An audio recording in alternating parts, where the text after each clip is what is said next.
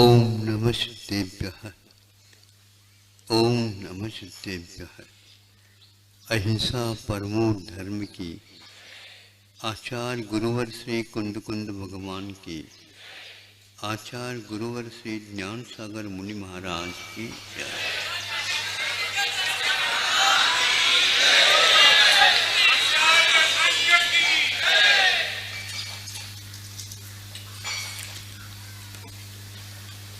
आज चौथा दिन है पर्व का। प्रातःकाल 14 अध्याय का स्वरूप संक्षेप से आपके सामने आया और मध्याह्न में शौच धर्म का उसके साथ योग बिठाया गया। क्रमशः 4 कषाय होते: क्रोध, मान, माया और लोभ। कहीं कहीं पर ऐसा उल्लेख मिलता है, क्रोध की अग्नि को शांत करने के लिए क्षमा नीर की धार का काम करता है। मान की कठोरता को मृदुता में परिवर्तित करने का श्रेय माधव धर्म को जाता है और कुटिलता को मिटाने के लिए आर्जव धर्म आपके पास कल आया था। आज लोभ को यदि आप छोड़ना चाहते, महाराज कैसे छोड़े लोभ?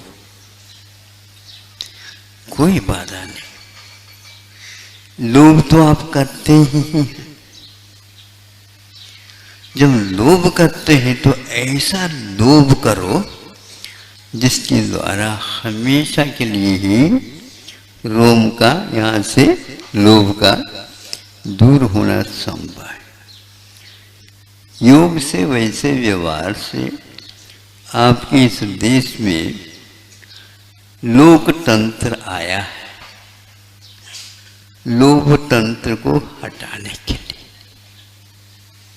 लोभतंत्र स्वार्थ सिखाता है और अपने ही पेट की ओर देखता है। लोकतंत्र एक स्थान पर उल्लेख है। लोक का तंत्र वह है जहां पर लोक का ही संग्रह किया जाता है, लोभ का नहीं। आप जड़ के संग्रह में क्यों लगे हो? आप चेतन के संग्रह में लग जाओ, उनको ग्रहण करते ही जाओ आप, और उनके साथ कुछ ऐसे वचन का व्यापार करो। कोई आपके पास आ रहा है, आप कहाँ से आ रहे हैं, आपका मुकाम कहाँ रहता है, कैसे आए यहाँ पर आपका और क्या है, आदि आदि पूछने की अपेक्षा से आपको किसकी आवश्यकता है बता दीजिए। ऐसे यदि पूछ ले तो वो कहेगा कि ये ऐसा मेहमान कौन आया, जो जीवन में सारे मेहमान तो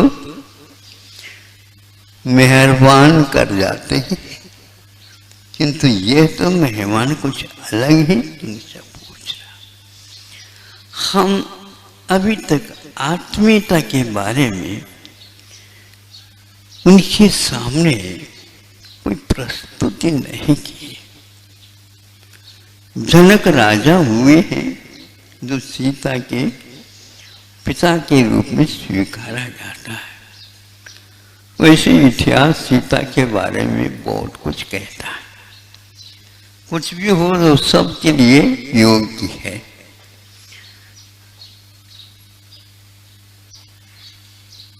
जनक राजा हमेशा लोकतंत्र के समर्थक थे। उनको और किसी वस्तु से लोभ नहीं था, बस हमारा यदि काम होगा तो लोक के माध्यम से होगा। और जब शुद्ध परमेष्टि भी बनते हैं तो लोक के बाहर कोई काम ही नहीं करते। बिल्कुल ठीक कि बाहर क्यों नहीं जाते? लोक के बाहर जाना अच्छा नहीं माना जाता। हट करके जाना, कोई कार्य करना अच्छा नहीं माना जाता। लोगों के साथ ही रहना चाहिए। ऐसा यदि सोच ले तो शुद्ध परमेष्टि लोक के अंत में विराजमान है। किसका अंत किया उन्होंने, और इसके अंत के बाद उस स्थान में बैठे हैं। लोभ का ही तो अंत किया उन्होंने, और अनंत शुद्ध परमेष्टि के साथ मिल करके वो बैठे हैं। सबके लिए वो उनकी छत्र छाया है। उन्होंने ऐसा साध्य सिद्ध कर लिया। अब ये बताओ, आप इतने लोभ करते हो, कभी संतुष्टि हुई है? सही बताओ। हाँ, आवाज नहीं आ रही, गर्दन हिला करके बता दो। यूं यूं कर दो, हम समझ ले। हो, ये भी नहीं, अच्छा ये भी है, ये भी पक्का हो गया। तो फिर दाम बिना निर्धन दुखी, और तृष्णा वश जन धनवान। कहूं न सुख संसार में, सब जगह देखो छान। ये तो पक्का हो गया। 12 भावनाओं में ये सबसे उत्तम कड़ी है। लोभ के कारण, धन के अभाव के कारण ये संसार दुखी है। दाम बिना निर्धन दुखी। निर्धन जो होगा वो समय पर धन नहीं मिलने के कारण दुखी हो जाता है, स्वाभाविक। लेकिन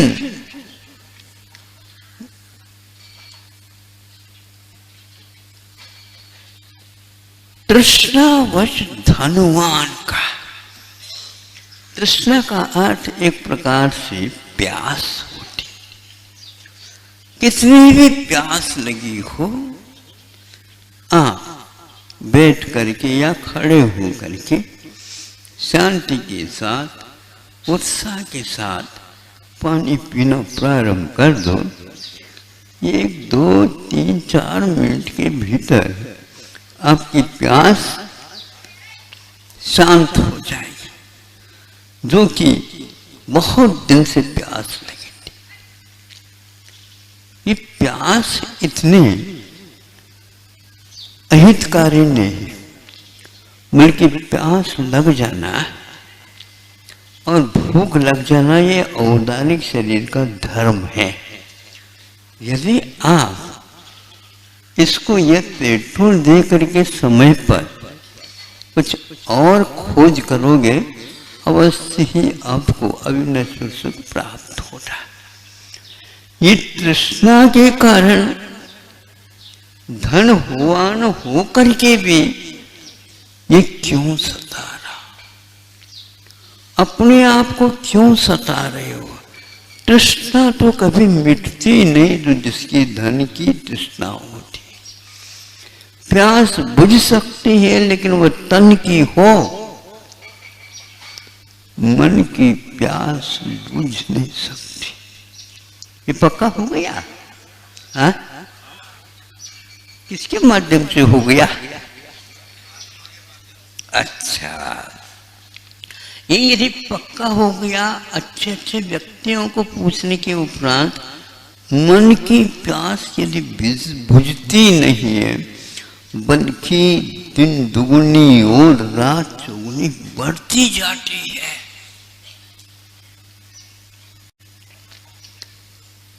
आपकी यात्रा नीचे से ऊपर की ओर हुई है। और इसमें कारण केवल मिटा रही है। जो तृष्णा है उसको आपने नियंत्रण में रख दी। जहां पर मन नहीं था,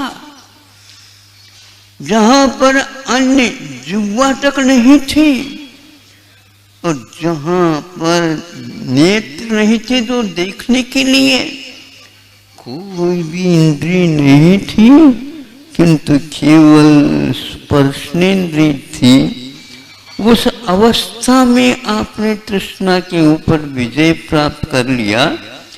अल्पारंभ परिग्रहत्वं मानुषस्यायुषः। इस सूत्र उमा स्वामी महाराज ने 6ठे अध्याय में आने वाला है, एक दिन और प्रतीक्षा करिए। वो लिखा,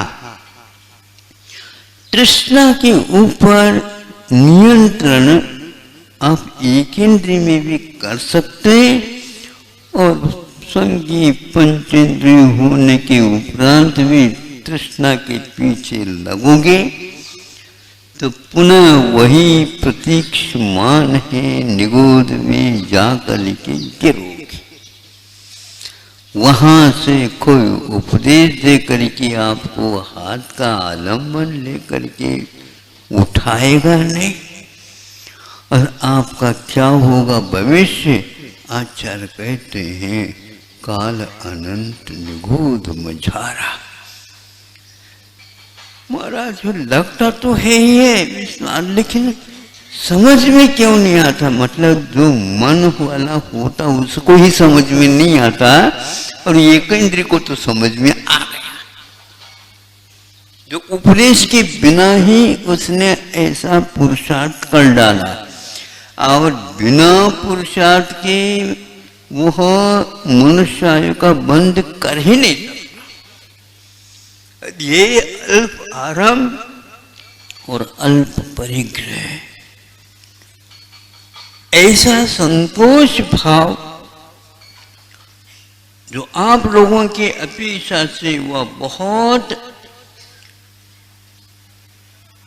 गहराई में है, उसको भी उसने संपादित किया और मनुष्य का बंद करके आ गया। संतोष अल्प परिग्रह में भी संतोष रखा जाता है। अभी मुक्ति की बात नहीं, केवल मनुष्य आयु के लिए अल्प लोभ हो, हमें केवल जीने के लिए शरीर और उसके योग्य सामग्री मिल जाए, कल की भी चिंता नहीं और शाम की भी कोई चिंता नहीं। ये तो सुबह से शाम हो जाती, शाम से पुनः सुबह होना ही ये पक्का। मैं पूछना चाहता हूँ, निगोद में कहीं सुबह और शाम है? फिर क्या समझे हैं? कितने वर्ष हो गए, अनंत काल तक रहोगे तो भी उससे छुटकारा नहीं मिलता। वह निगूढ़ एक ऐसा है, आज तक वो पर्याय छूटी नहीं और आगे भी नहीं छूटेगी। उसका नाम नित्य निगूढ़ घोषित किया आगम ने, और आज तक वह वहां से निकले नहीं, आगे निकल सकते हैं। उसको इतर निगूढ़ की संज्ञा नाम उल्लेख किया है। इतना तो अवश्य है, आप उस नित्य निगूढ़ को छोड़ करके इतर निगूढ़ में कम से कम आज तक नहीं आ गए हो तो ये तो इतना तो आ गए। हाँ, लेकिन इतना होना पर्याप्त नहीं, पुनः वह निगूढ़ की ओर जा सकता।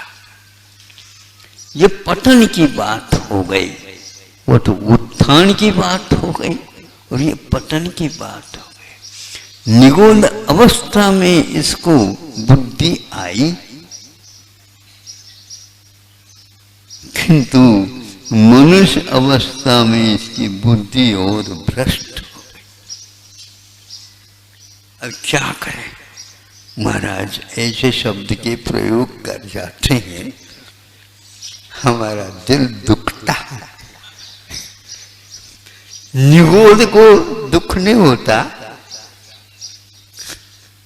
जितनी समझ बढ़ेगी उतनी पश्चाताप भी होता। चोट लगती है, चोट लगने के ऐसे स्थान रखे क्यों? हाँ, ऐसे स्थान क्यों रखे?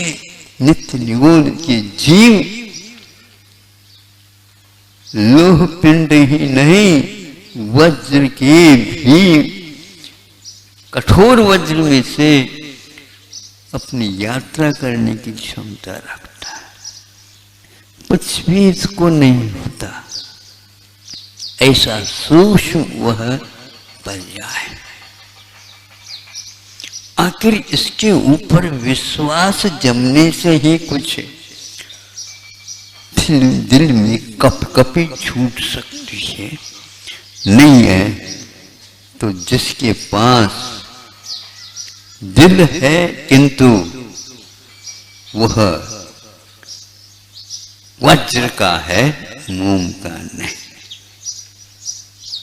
अपने ऊपर भी आप दया नहीं करो, फल के ऊपर करना तो बहुत कठिन है।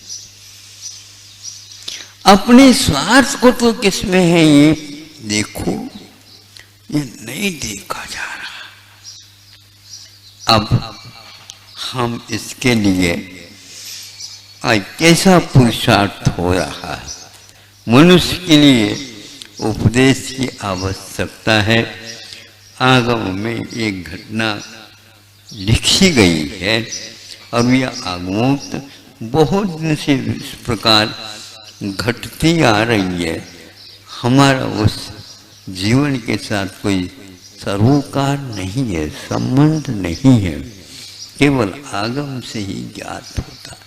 क्या आपने निगोद को आंखों से देखा? दिखता नहीं हो। हाँ, ये अवश्य है, जिसके आधार पर वह जीता वो आधार तो कथनचित दिख सकता है, दिखता है वनस्पति जिसको बोल, लेकिन उसके साथ जो आधार लेकर के रहता है उसका हमें कोई बोध नहीं होता। सूक्ष्मम जिनोदितम तत्वम कह करके आगम हमें संतोष की ओर ले जाता है। ऐसे भी पर्याय है जो आपके बुद्धि का विषय परोक्ष की अपेक्षा से है, प्रत्यक्ष की अपेक्षा से नहीं। उन्हीं में से आप निकल करके यहाँ आए हो और अपने आप की फोटो ले रहे हो। निगूढ़ अवस्था की ये फोटो निकाल करके दिखाओ तो सही हमें। ये केवल फोटो तो निकल नहीं सकता, उसकी छाया ही देखने को नहीं मिलती। आगम के ऊपर विश्वास रखने वाला मनुष्य जीवन के एक एक समय का महत्व समझता है। और आप लोगों ने कितना व्यतीत किया पता नहीं, नाड़ हिल रही है फिर भी संतोषी माँ की श्रुता आराधना नहीं हो पा रही। अभी भी संतोष नहीं है, फिर आएगी कब बताओ।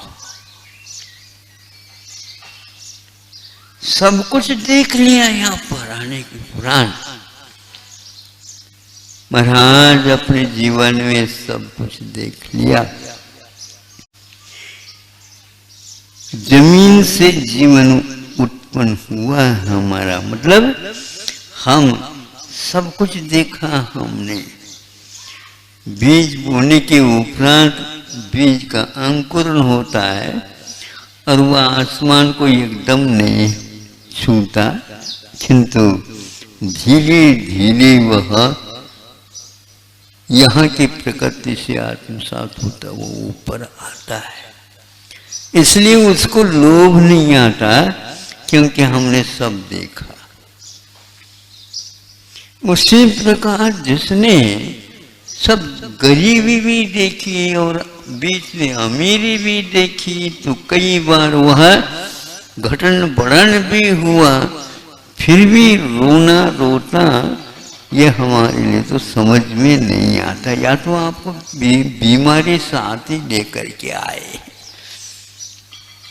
नहीं तो इसका कोई दृश्य का आप लोगों को प्रभाव ही नहीं पड़ रहा इसका। सोचो तो, आखिर दिन से प्रारंभ करके रात तक आप क्या काम करते हैं, किसके लिए करते हैं, आप बताओ। बस निकाल रहे हैं, दिन काट रहे हैं, काट भी नहीं सकते, कट रहा है।